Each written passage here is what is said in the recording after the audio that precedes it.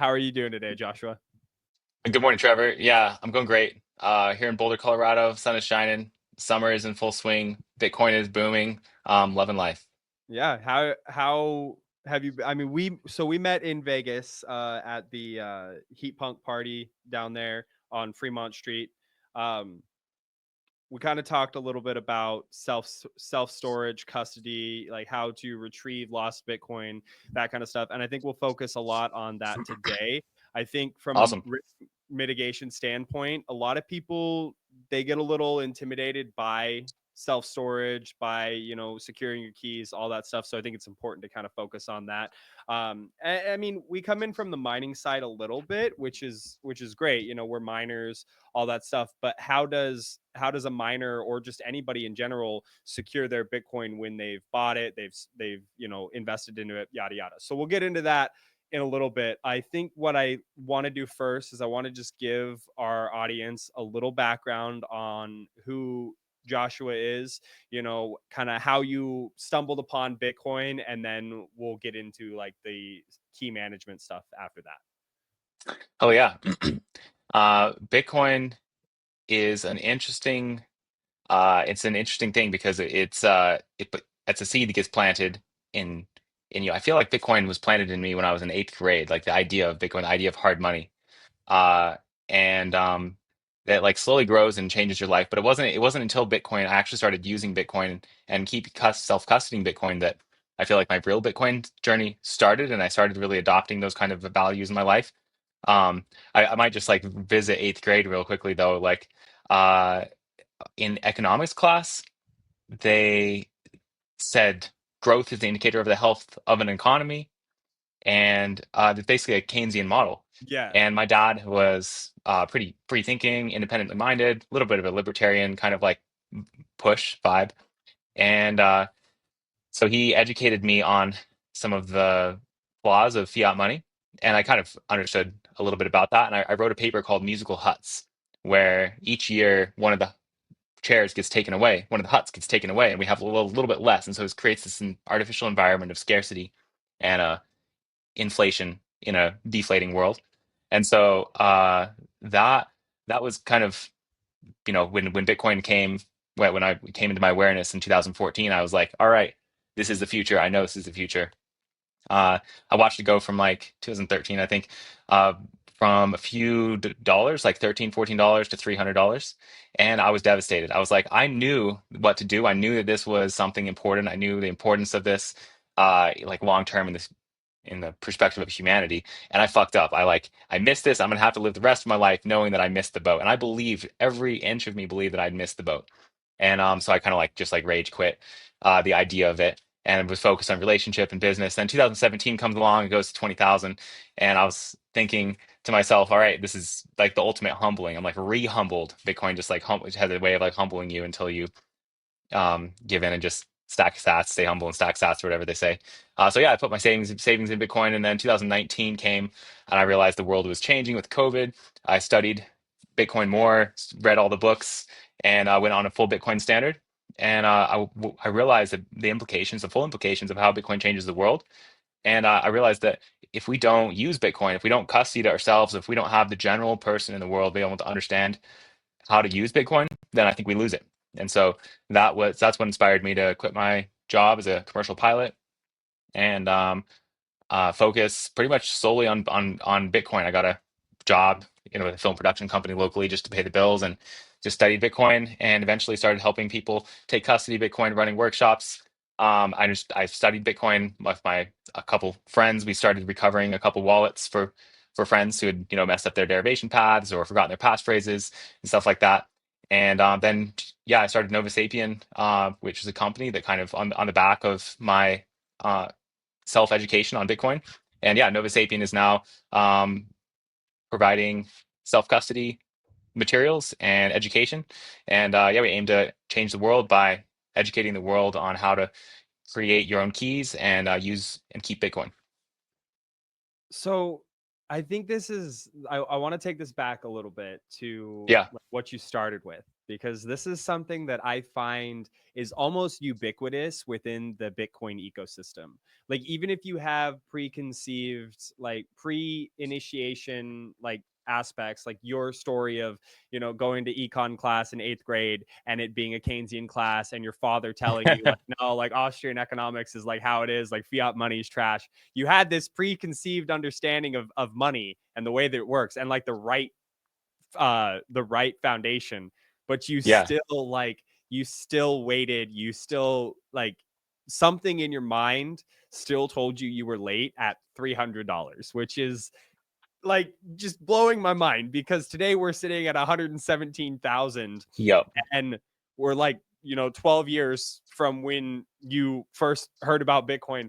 And it's like the idea of like we're late is just, it blows my mind, because right now we're still in the early majority.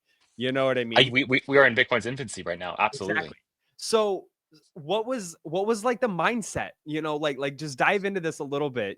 2013 comes around, you understand that fiat money is fundamentally broken, and you see Bitcoin and you're like, this is the thing, but I I'm knew late. it. So like, how Yep. how did you like, in your mind, how did you accept that, oh, I'm late, so I just might as well not step on the train? Yeah, that's interesting. Um, I guess that's the fiat mindset, isn't it? That's like because you're in a world where each day you wake up and either consciously or subconsciously that you have to take money from people that are further away from the money printer from them by force, buying low, selling high, or owning cheap debt and hard assets, and you have to concentrate it to yourself through those means faster than you're being stolen from. Otherwise, it's kill or be killed. Then you just get slipped down the pyramid. You're tung, tung, tung, tung, the least amount, like the less you take advantage of these systems.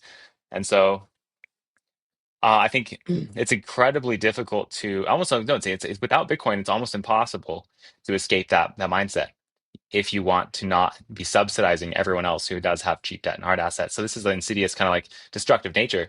And so when you look at something like Bitcoin, or I don't know, a long-term strategy, you automatically have these short-term thoughts about the world. And so it's like, oh, I've missed out. Like you've already had it, you've been running the rat race, you had it taken from you, or you've one of the few people who have succeeded in the world, and you've watched everyone else lose out over and Mhm, over again. And so you know that the system's rigged and that you can't really make it. But Bitcoin is like a shift in a mindset. And so mhm, I have a little bit of I mean, I try not to get like toxic Bitcoin maxi, but I've got my little toxic Bitcoin maxi hat I put on sometimes. And I mean, honestly, I think it's not toxic. It's like just a reality, facing the reality. Like, you'll have 90 to 99% of your wealth decimated in terms of Bitcoin before you buy Bitcoin. It's a fact. It's a fact of reality. And if you can turn that 2 to 3%, 1 to 3% of your net worth in Bitcoin into 10% of your Bitcoin, you're 10xing your Bitcoin balance. mhm, And you can do that today by just shutting up and buying 10% of your wealth in Bitcoin and putting it away into cold storage, self custody. Don't touch it for 10 years, 20 years, and give it to your family, give it to your children, give it to yourself and your future. And then all of a sudden you have like that 10x, that 10% of your net worth will eventually become 99% of your net worth. So will 2 or 3%, but over mhm. time, over a longer period of time. And so you can kind of like skip to the end and not have to worry about all that because like for me, like if I would have bought Bitcoin even when I in 2017, I would have 10 times more Bitcoin or more.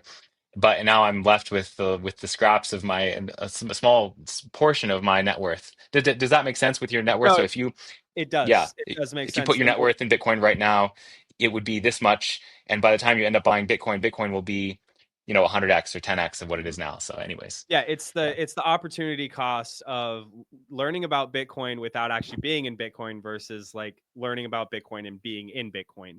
You yeah, you exactly. lose you lose more money like every day that you're earning money and you're earning in fiat dollars and you're not allocating some portion of that to Bitcoin, you are losing. You are losing the race. You are getting slower.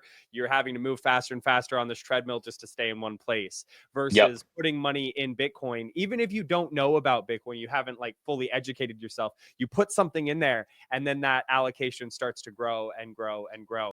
And I've watched this happen in my life too. It took me a little, it didn't take me quite as long to get into Bitcoin, but I was later. And that Yeah. thought, of like, oh, I'm late, like it hit hard. But in my mind, it was like better late than never. So Yep. like I'm in. I got in Nice. 22 and the price was like 17,500. And I watched that run up to 60,000.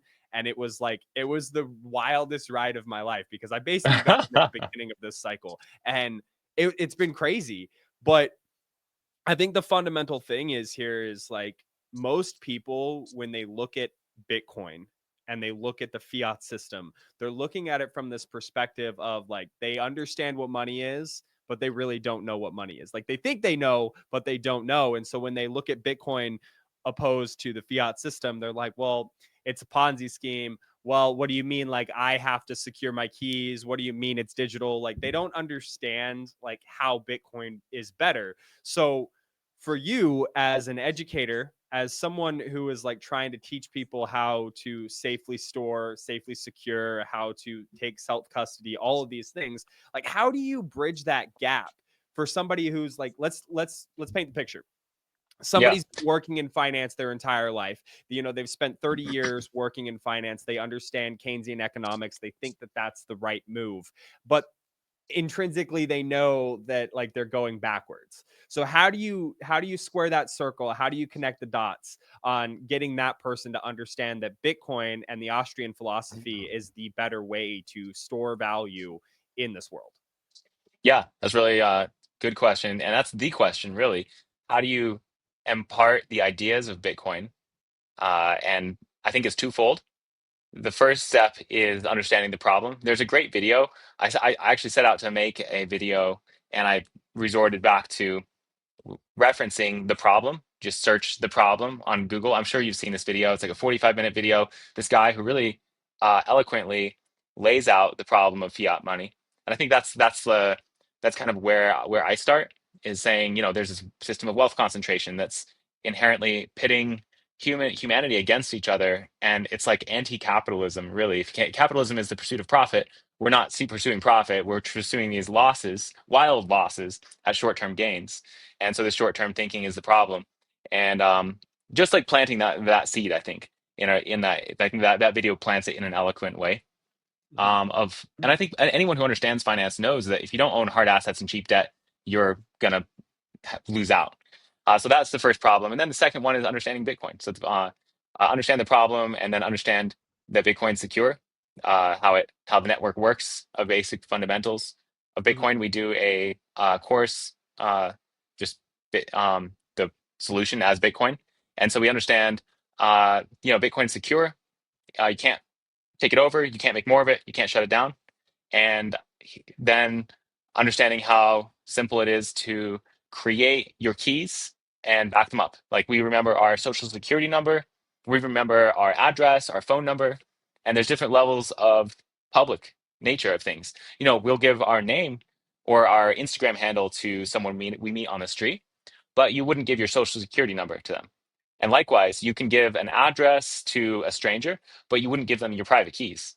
So I think it's just a matter of the world kind of getting up to speed with and normalizing self-generated entropy, and normalizing storing your keys in multiple secure locations and putting effort into like time. They say the best investment in Bitcoin is the time to understand it. And I think that's like pretty true. A lot of these things come back to super basic, not your keys, not your coins. Understand Mhm. the problem, back your keys up multiple locations, self-generated entropy. I think that's the key. Yeah, no, these are all very great points, and I think that when it comes down to it, when you're trying to onboard someone into Bitcoin, these are all fundamental principles that you're trying to show them and teach them. It's this idea of like meeting them where they're at, teaching them the fundamentals, and the fundamentals start with what's the problem and why is the Yeah. solution Bitcoin. The biggest problem that I have with people is Yeah. trying to onboard people into Bitcoin is it can get so technical so fast. So I know there's a right way and a wrong way to onboarding them. You know, like you talk about seed phrases, you talk about entropy, you talk about risk mitigation without talking about like all of the minutia that comes with the keys and the, you know, you've got your Yeah. private key, you've got your public key, it's a long string of numbers, blah blah blah blah blah. So like Yeah. again, you've got to like thread this needle. And I have had the hardest time threading that needle in my community of like showing people how Bitcoin relates to like how the security and safety and storage of Bitcoin relates to like what they're already doing with like social media accounts, passwords, social security cards, all that stuff. I've had a very Yeah. hard time doing it. So I'm just kind of curious like what your experience is like. Like I know that everybody comes into the world into Bitcoin from a different perspective. So you have to meet them where they're at. But like why am I struggling over here trying to onboard people? Is it because I'm saying the wrong things? I'm getting them like too confused with the minutia of like, you know, self storage. Yeah. Is kind of where I'm going? Well, I think this is an evolving topic and an evolving conversation. I had trouble onboarding myself back in the day, and I am a naturally curious person. I have a background in aircraft management, and I've wrote aircraft operations certificates, and I understand risk really well. And so I would just apply my skill set to self custody, and I like hammered my seed phrase into washers. And I was like at one point trying to shard my private key and to like try and make a multi-signature account because I didn't want to like dive into multi-signature and all this stuff. And I don't think there is a like way to do it. I think a lot of companies out there provide solutions like a hardware wallet that you buy. And unfortunately, a lot of those products, their solutions justify the product in some ways. So it's like, oh, do this solution that needs our product. And so it kind of avoids, it allows someone to avoid understanding Bitcoin. Most people I'll do like one workshop with, they understand Bitcoin 10 times better than the average person who owns Bitcoin self custody, just because we approach it from the fundamentals. And so I think one of the problems is not having the materials and the best practices. So I don't actually have the kit right here. I'm just going to run across the room and grab it. One second.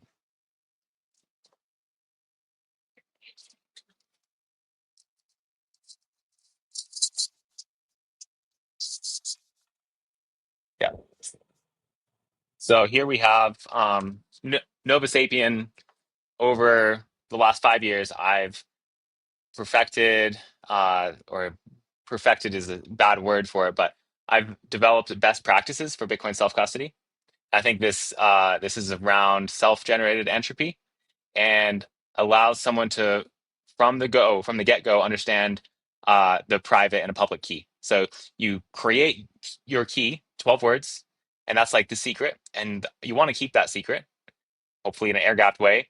And then from that, you can create a public key. You can show someone like a SHA-256 hash function on a computer where you just type in their name and then you hash their name and it gives you a signature of their name. So it's like their name is the private key and then the signature is the public key. And if you change the spelling of their name at all, then this signature is totally different. So that's like your private and your public key. And so in our kits, we provide a this is really frustrating my camera setting. I'm sorry about this, guys.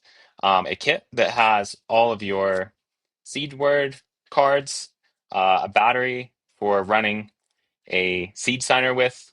You can generate your keys on a foundation device passport or other device.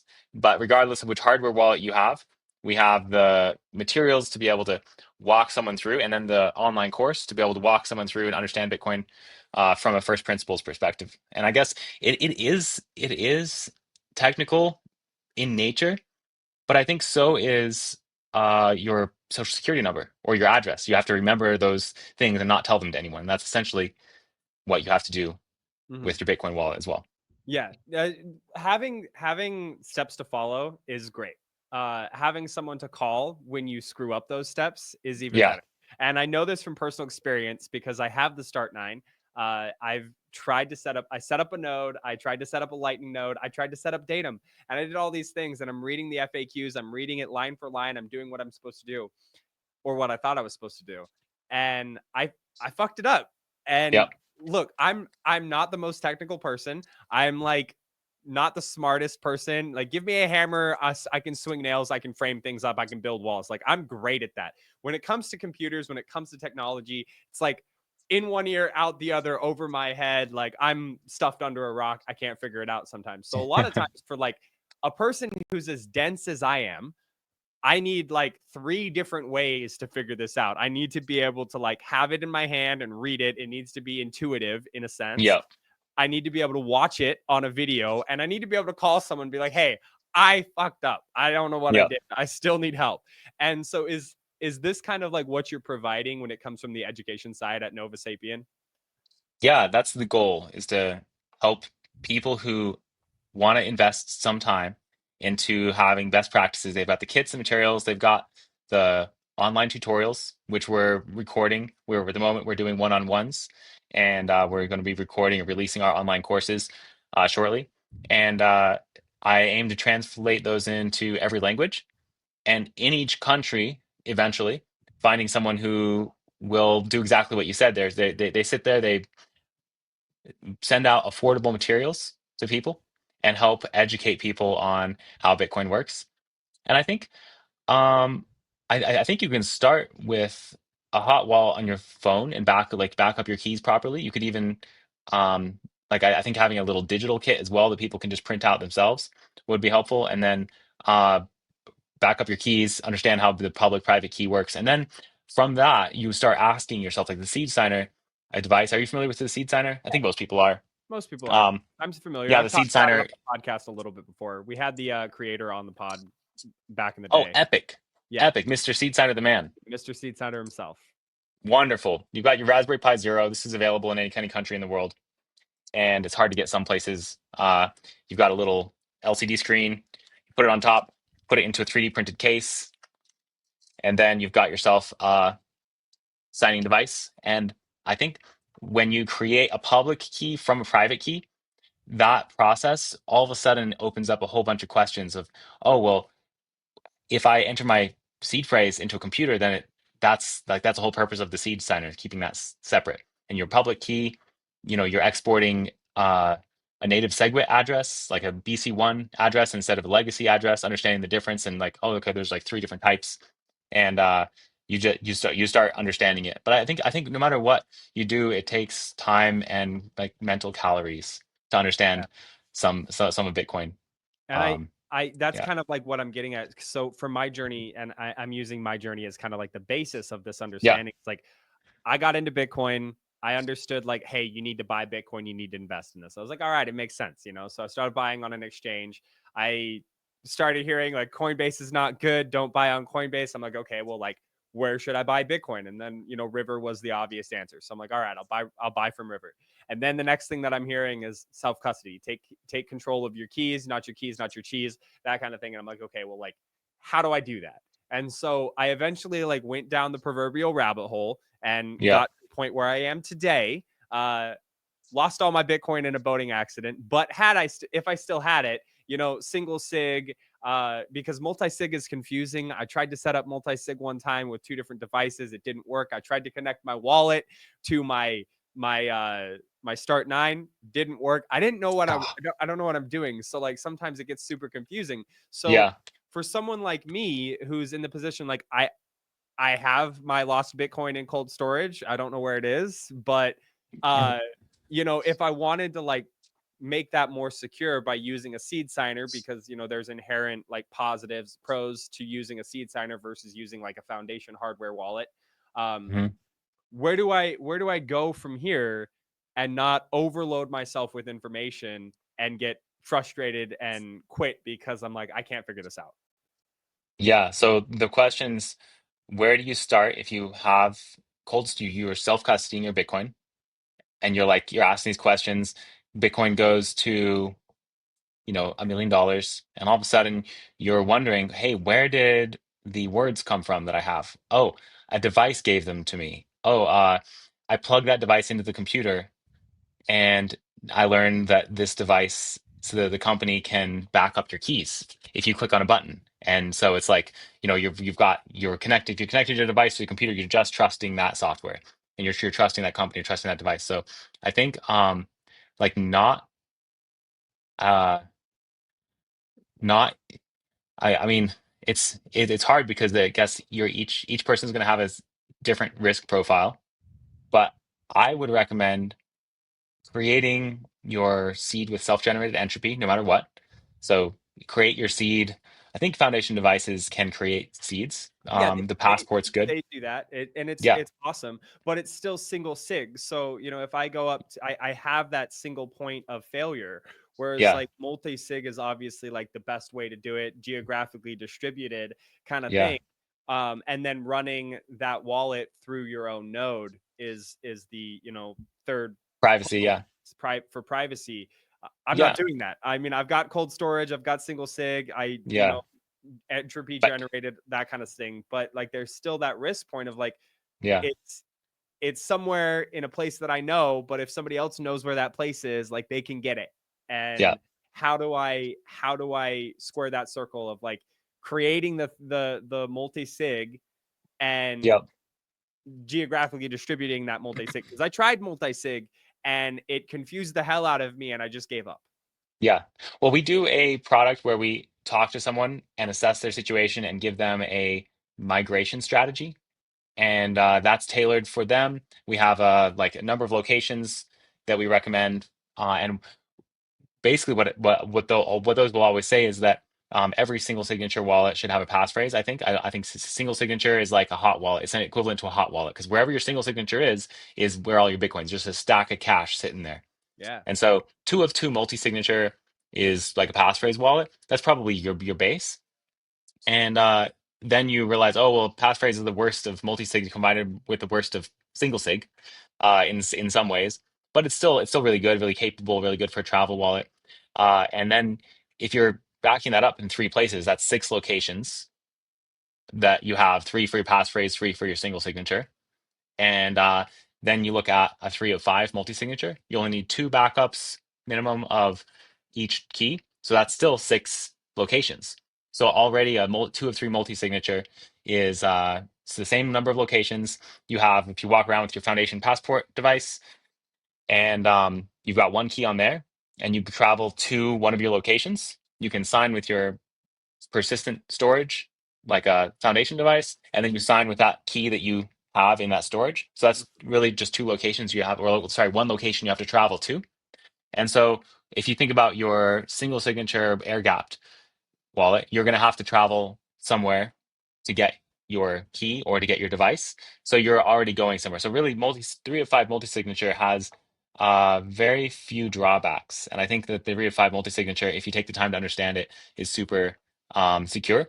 Mhm. And sorry, it's far more secure than a passphrase, and it has more fault tolerance. So it's like you take the time to understand that. And I mean, our kits are really great because they have all the materials you need for that, and they also have like labels saying, uh, key one, copy 1 of 2, key two, copy 2 of 2, key two, 1 of 1. So you can lay it out and put all your labels on and have best practices. I think having those videos for people to walk through will be really helpful like that. I mean, I feel like I say, oh, it's simple, but then after you talk about it a little while, it's like, oh, well, actually, there's all these things you have to do. So I think putting That's time the into it thing. is the thing. Yeah, That's the hardest point. Like from your it is. perspective, you've been doing this for, 10 years. So So it's true. like it's easy for you. But someone like me, it's like I've been in Bitcoin for 3 years and like I've got the basics down, but you start Yeah, getting to the technical stuff and it's like goes over my head. And I'm like, well, yeah, I'm lost. And my biggest like I always do this on a test bed. Like I never do this with my keys. I never yeah, do that with my keys because I'm like, I have a tendency to screw things up. And if I screw yeah, something up, like the last thing I want is to screw it up with something like meaningful. So I yeah, always try to do it with something that's like a test bed, practice wallet. Like maybe I had like 10 sats in there and like, oh, I lost it. Like, okay, it's 10 sats. Um, yeah, so like that's where I come in. Obviously, like we definitely want to point people to Nova Sapien, to the resources that you have, the kit that you have. But Yeah. do you have any resources for someone, like, let's say somebody's like cheap as hell. I'm cheap as hell. I don't want to buy anything. I don't want to pay for anything. So Yeah. what are some resources, like some videos I could watch, some, FAQs I could read that could help me figure out this 3 of 5, 2 of 3 multi-sig scenario and connect all my wallets to it? Yeah. Um, I think you get something that's cheap or something that's fast or easy. Yeah. Or cheap or for fast, cheap or fast. Like if you don't want to spend money on the right materials, you can take pieces of paper and write them down and keep them in an envelope. Um, I would recommend spending some money. I would recommend buying some tamper evident bags, buying, and you can get them on Amazon or on our site, and getting um, you know printing off good quality paper, which the proper seed phrase cards, and um, distributing a multi-signature wallet in vaults. I think paying for a vault is actually a pretty, like, it's like $100 a year or something like that. Sometimes you can get for a vault. You can put time delays on them as well, so that you protects against the coercion and things like that. Mhm. Uh, yeah, I mean, cheap as hell, multi-signature. I don't know. I would spend the time and the money to do it properly. I think that would be my answer. Okay. I mean, it's not the answer that I wanted, but it is a good answer. I mean, don't be I cheap. just I've tried myself, and I ended up buying a Start Nine Node. I spent $1,000, bought a Start Nine Node because you put it together yourself, and you don't have that unlimited lifetime support. And so I ended up buying it for $1,000, and then I call them all the time, and I'm like, "Hey, how do you do this? Can you help me with this on the channel?" And it's great to have support like that. And I think if if you do pay Nova Sapien for a course, and you have our support that supports that, for a one-on-one workshop, then you can be walked through these kind of stuff. Otherwise, I ended up making mistakes, and I think that happens if you try and do it cheaply. Um, you have to learn the lessons, and sometimes those lessons come with costs, and that are more than you initially would have paid to buy the tamper evident bags and a proper stainless steel. And let's say that you do everything right. Let's say somehow you don't make any mistakes. Then Bitcoin goes to $1 million, and you start asking questions and you don't fully understand it. And so you're not going to have the confidence to buy Bitcoin. You're going to sell it. So you're going to own more Bitcoin for longer if you do it properly and spend the money up front. So it's like the best investment you can possibly make to buy $100 of supplies for your Right. wallet. No, I hear exactly what you're saying, and I don't disagree with you. I mean, to be honest, from my perspective, I have all the things to do it. I've got multiple hardware wallets. I have the Start Nine. Like, I have the ability to do it. I need to get some stainless steel stamp kits and stuff. But I mean, I have everything that I need to do. The thing that I don't have is the knowledge and Yep. the intuitive way to like run down that part of the rabbit hole. And it's something that I know that I need to do, especially Yeah. because, like, you know, 1% turns into 3%, 3% turns into 10, 10% turns into 50, and then 50 turns into 100 in the way of like how much your stack is growing. So Yep. it's important. And then, of course, like Bitcoin goes to $1 million, like your $10,000 investment turns into, $100,000, and you're like, oh shit, I've got a significant portion of capital here that I need to learn how to safeguard, secure, all that Yes. stuff. So it's very important, and I don't disagree with you. I think that I just need to like actually take the time and do it. And kind of like that's what I would say to anybody who's listening to this That's and it. like is in the same position as me. The So we're best investment is the time. exactly. So we're starting to run up on time a little bit here, and I want to kind of cover risk. Um, this is something that a lot of people like based on our conversations we've had so far, like the whole risk of losing what you have is huge. It's a huge factor. And a lot of people get stressed out, they get overwhelmed because of the risk associated with buying Bitcoin, with holding Bitcoin, with storing Yep. Bitcoin, those kinds of things. And so for you specifically, you're an adventure seeker, a thrill seeker, you used to fly commercial jets, like, or commercial pilot, like you understand safety and risk mitigation. So I want to ask you, like, what are some of the best ways when looking at Bitcoin and saying, oh, I want to store, let's just call it $100,000. I want to store Bitcoin and I want to store it for, 30, 40 years. What are the risks associated with that? And how do we mitigate those risks? Yep. Biggest risk is yourself. And so you mitigate that by taking time to set up a proper self custody. The biggest risk is selling it. Second biggest risk is like losing the keys, forgetting where it is, forgetting where how it works. And so I think the best risk management for that is to take the time to set it up properly, learn how it works, and use it, and then help other people use it as well. Like interact with others with Bitcoin, buy, sell things with Bitcoin. Um, Adopt a strategic Bitcoin reserve for your family, whether even if that's just a few percent of your net worth or something like that. Just embrace it. Other risks are going to be privacy. I think privacy is the next biggest risk. So if you transact on your known node and you have non KYC Bitcoin in a world where we have I forget what year the U.S. government confiscated everyone's gold, but the government's like going to confiscate everyone's Bitcoin. Your Bitcoin is private. You just forget about it. It just sits there. Um, and also you're on less lists. I think coercion is a risk. I think people overemphasize the risk of coercion. Like I'm a big advocate of not doing security by obscurity. So you want it given in light of the first two things. I think being over. I forget the name. Grisham's law. No, who was it?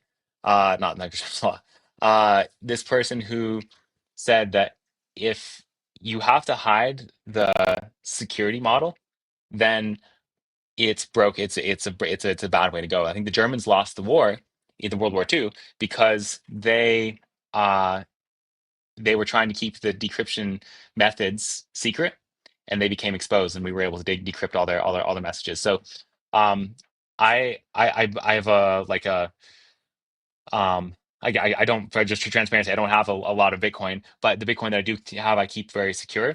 And you want to have that backed up in a way that is inexpensive to try and take. So it would take, I think you like we recommend people keeping Bitcoin in a way that would take a period of time to access.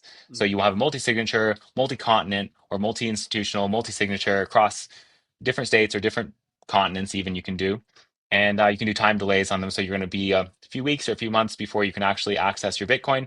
And if it's going to be, you're keeping it for a long time, then you have a lot of Bitcoin, then that's a good way to go. Uh, but you can always, the cool thing about Bitcoin is you can mitigate those risks based on your risk profile. So do Yeah. you want to have it accessible, really accessible inside of a safe, and you know that safe is super secure, you have a few backups, or do you want to keep it in a multi-signature wallet backed up on multiple continents with time delays and duress signals? It's like Mhm. you can do these kind of things fairly simply nowadays. Like this idea that comes to mind, and this is something that I've heard on multiple podcasts, so I'm not the first one to say this, but it's like the harder it is for you to access your Bitcoin, the harder Yes. it is for an attacker to access your Bitcoin. And I think Yes. I think that, okay, from the idea of like spending your Bitcoin, like you can't eat your Bitcoin. We don't go out and earn money just to hold money. We earn money Yeah. so that we can like spend our money and live quality lives. So there's going to be Absolutely. a time where you're going to want to spend your Bitcoin. Now, like what I enjoy doing is having like the cold storage, like iced over in a vault, never touching it. That's like generational wealth over there. Yep. But over here, I have another cold storage wallet that's not quite as cold, but it's Yep. easily accessible so that if I have an expense that I didn't expect, I really need some cash on hand right now to pay for something for my son or my wife or whatever it be. Yeah. uh, I want to be able to access that really fast. Now that Yep. might be like 3% of my stack, and then 97% of my stack is over here in the ice vault. I think that that's a really good way of looking at it. But what I need to do on my side of things is making sure that 97% in the cold storage is geographically separated with key, like the whole 9 yards, and I'm not there yet. Totally. So that's like Oh, my plan moving forward this year, is to get to that point where I'm like super oh secure. yeah. And a little bit of a value add here. A solution for that would be to have a two of three or a three of five, interstate, intercontinental, whatever.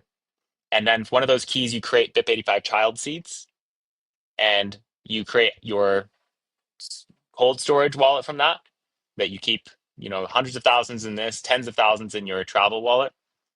and then you can create another child seed from one of those, the same one, the same multi-signature key to be your hot wallet on your phone. And if you want to give wallets to, I don't know, other family members or something, I don't recommend that. I try not to do that, but you're going to give gifts to someone or something like that, you back it up from that one seed. So you can go ahead and recover all the child seeds from that wallet eventually in the future if you need to. And then that way you have all of the levels of security. And you can add a passphrase onto that travel wallet if you want to. You're crossing a border and you need to be able to have your device with you. You can give up your device and have a secure passphrase attached to it and have a decoy amount of Bitcoin in that travel wallet. So you have your multi-signature, your passphrase wallet with your single signature duress wallet, and then your hot wallets, all recoverable from your deep storage. And so that way, if you compromise one of your keys, you just throw it away, generate another one, empty it, and then you have a new one. So that's like a really good system to be able to use. I mean, I would love to go through a multi-signature I setup, was and just about to say, you and I need to like get on a private call one of that'd these be days. awesome. And like I need, because I'm dense, dude. Like my head is a box of rocks sometimes. So I need like an hour allocated to like Joshua helping Trevor understand how to do this. Yeah, And so like we'll definitely schedule that. We'll get it done, because this is probably like my biggest like worry right now, is like the risk that I'm assuming by not doing what I'm supposed to do. I think So Bitcoin's about to go up as well, always. yeah, and that's why it stresses me out. Like my 10% allocation is going to turn into a 50% allocation really fast. Yeah, So exactly. it definitely scares me. Well, I wish we had more time, man. Like Yeah, I hate that we didn't have enough time, but there is a couple more things that I want to ask you real fast before we wrap up. Um, so when it comes to like wallet recovery, which is like kind of your bread and butter, people who have had Bitcoin, lost Bitcoin, yeah, how do you approach potential clients? Because this trust factor is like something really important, and you're literally helping someone like recover their Bitcoin, and it could be, $100, it could be $100 million. yeah. So how do you approach this in a way that like they trust you to do what is in their best interest? Does that make sense? Yeah, I mean that's the crux. I saw the book, The Sovereign Individual. Have you read The Sovereign Individual? Yes. Man, that was one of the pivotal books in my evolution of my personal journey in Bitcoin. It said something that really stood out to me. It said that in the information age, trust is one of the most valuable things in the whole world. Said as we transition to the information age, as incentive structures change, that we have live in a deflationary market, everything becomes less expensive. We live in a world of abundance, but trust is something that will be very highly valued.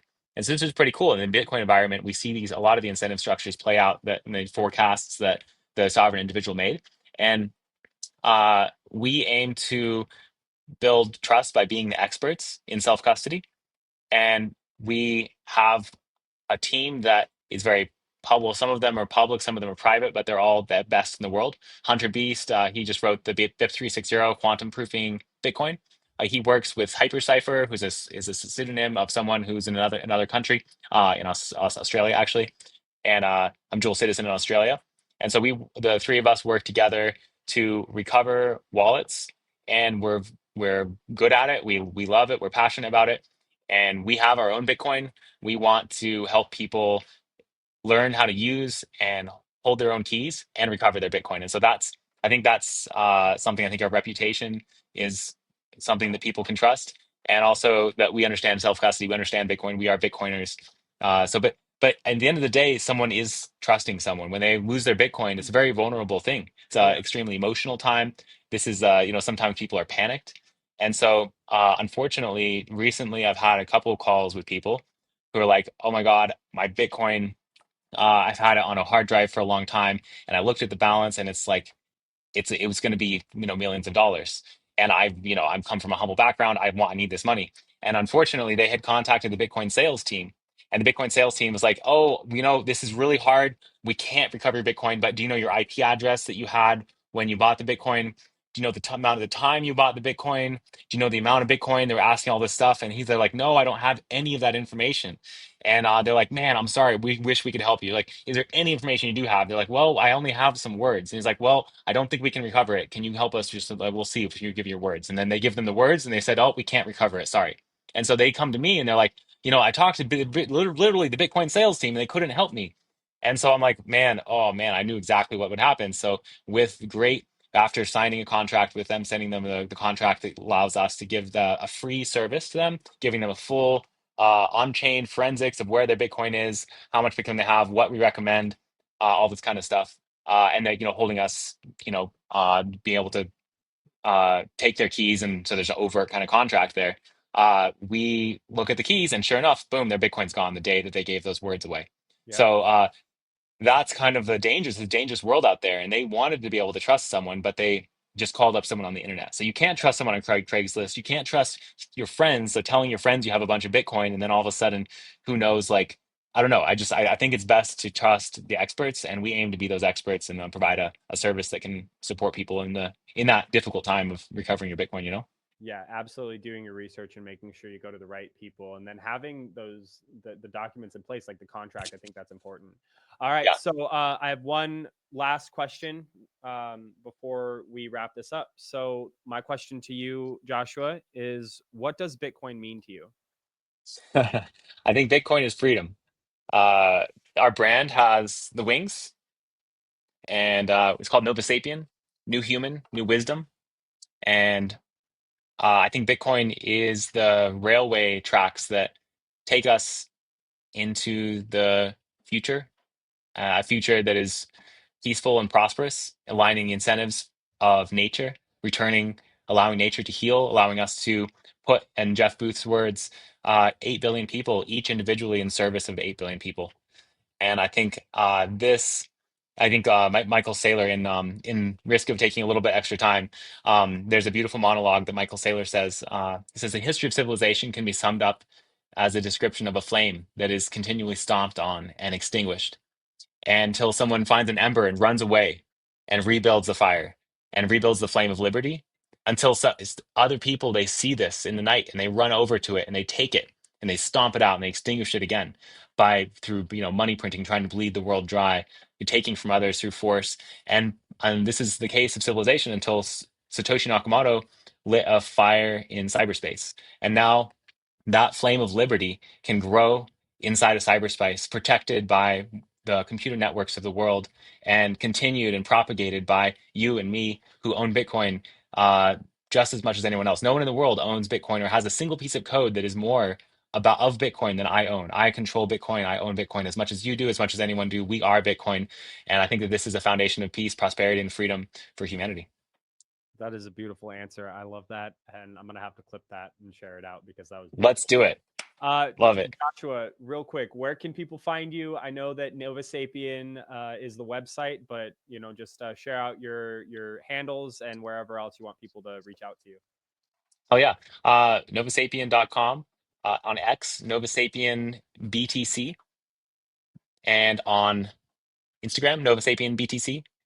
And I think that's pretty well everywhere we are. I'm so embarrassed to say that I don't have an Noster. Like, who am I? Do you have a Noster, Of Trevor? course, I have a Noster. I Oh don't use my it God, enough, this is but of okay. course I have one. All right, next Uh, day is the date for you and me. We're gonna get together. We're gonna do talk self custody, and you're gonna help yeah, me get my 100. Noster following up. What? I'm down, and you can use your seed signer for Noster keys as well, which is freaking cool. Yes, yes, it is Yeah. awesome. All right, man. Hey, last piece of advice, and then we'll wrap this up. What do you want to leave with the audience? Uh, Bitcoin is freedom. If we don't use it, we lose it. Create your own keys and use your Bitcoin. Love Embrace it. freedom. Well, Joshua, I appreciate your time today. Thank you so much for joining me on the podcast. We're gonna click end. Just stay inside before. Just let everything upload real quick. Okay. Rock and roll. All right, guys. Hey, thanks for joining me on the Build a Mind podcast. We'll see you next time. Peace out.